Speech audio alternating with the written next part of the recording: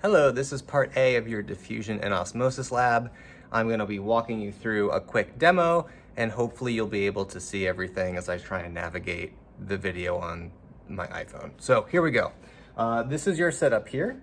You've got 6 plastic cups, and the cups are already labeled. This is probably going to be backwards, but that says DH2O. This one says 0.2 molar, then 0.4, 0.6, 0.8, and 0.1 molar. They're gonna be, the molar refers to the sucrose solution. So as you're watching this, you should also kind of be consulting the actual lab so you can kind of know what I'm talking about, right? Each molar cup from 0.2 to 1 molar has a corresponding solution. So this one says 0.2, and it's just good lab technique to keep these things together because they're gonna interact with each other. The 0.2 molar solution is gonna be used to fill the tubing that eventually goes in the 0.2 cup, and so on. So you've got your molar solutions here, and then this giant jug is the distilled water. So what you're going to do first is you are going to take a piece of dialysis tubing. They are soaking so that they are malleable, otherwise they are very rigid. And the first thing you're going to do with this tubing is tie a knot in one end. So whoever in your group ties knots the best, probably similar to tying a knot on a balloon, they can be doing that. And then you are going to kind of rub the end, if you can see this, between your fingers. It might take a second, but the end of the tubing should open. And as I say that, it's not working. There it goes. So it's hard to see it, but the end of the tubing is now open. So you are going to put the funnel in the end of the tubing, like so. And actually, one person can probably hold this, while the other person measures 20 milliliters of, and we can go ahead and start with the distilled water. So 20 milliliters of distilled water, and don't obsess over it. So use your graduated cylinder. You can kind of eyeball it. You actually have another funnel to help you out so you don't get water everywhere. And these are a little big, but again, you're not obsessing over it. That's basically 20 milliliters. It's a little bit under, but that's okay. So this is distilled water. Again, you just saw me pour it. So I'm gonna pour distilled water into the funnel that is inside the tubing. I had a student one year who didn't have the funnel over anything. They just poured it directly on the floor. So make sure that the funnel is actually in the tubing. And then you can go ahead and tie a knot on the other end of your funnel, the other end of your tubing, making sure you've got room for any solution to enter the bag and for the bag to potentially expand. All right, now this was my distilled water tubing. I am going to put it in my distilled water. Oh wait, no, I'm not gonna do that. I am going to blot dry my tubing. So if you can see this, I've got a paper towel here. Blot dry means I am going to kind of just put it on there and tap, tap, tap, tap, tap, tap. And that's it. I'm not gonna let it sit there and absorb it too much. I'm just gonna blot dry it. And then take it over here and record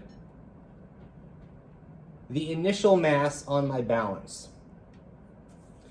This says 15.82 grams. So in my data table, and again, this is gonna be backwards, but in your data table, you're gonna find the 0 molar sucrose, that's the pure water solution. And in the initial mass column, record the mass of the baggie in grams. Then, before I got ahead of myself, then you can go ahead and drop it into the corresponding empty cup. You are going to repeat this procedure for the remaining 5 cups. So for example, I'll do one of them. For my 0.2 molar solution, I get a new dialysis tubing. I tie it off. I open the tip of it. This is gonna be, you guys are gonna be laughing at me because my face is taking up half the video. I clearly don't do this enough. I'm not a YouTube streamer. All right, put the funnel on the top. Again, partners, this goes a little bit smoother. So the other person can be pouring the, in this case, 0.2 molar sucrose solution. Again, 20 milliliters, but don't obsess over it. I went a little bit over, but again, it doesn't really matter because we're gonna mask this anyway. So we are going to add the 20 milliliters to the baggie. Again, I am making sure that I have some room, and I'm gonna tie a knot at the top. Then what happens next? What happens next? You blot dry it. All right, there we go. So here's my paper towel.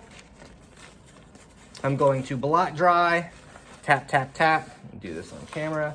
Tap, tap, tap, tap, tap, tap. Again, I'm not letting it sit on the paper towel too much. I'm being pretty quick about it. And then I take it over to my balance.